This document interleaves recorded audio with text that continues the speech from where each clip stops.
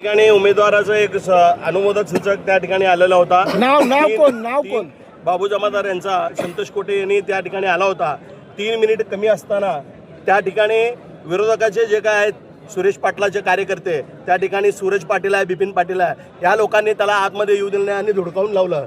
हे अतिशय म्हणजे लोकशाहीचा गळा दाबणारा आहे। त्या ठिकाणी पोलिसांनी सुद्धा ते बघितलेलं आहे, पण त्यांनी आत येत असताना त्याला बाहेर काढलेलं आहे। या गोष्टीचा मी निषेध करतो आणि या संदर्भात मी कोर्टामध्ये न्याय मागण्यासाठी 100% जाणार आहे। पोलिसांसोबत तुमची हुज्जत झाली? पोलिसांसोबत हुज्जत झालेलं नाही। पोलिसांना सांगत होतो 3 मिनिट कमी असताना त्यांनी गेटवर आला होता, त्याला येऊ देत नव्हते। त्या पद्धतीनं तिथं जे कोणी होते त्यांच्यावर कडक कारवाई झाली पाहिजे। आचारसंहितेमध्ये अशा पद्धतीचं उल्लंघन करणं हे म्हणजे ते एक प्रकारे 100% गुन्हाच आहे। आचारसंहिता भंग झालेला अशा पद्धतीचं मी या ठिकाणी सांगतो आणि त्यांच्यावर योग्य ती कारवाई झाली पाहिजे।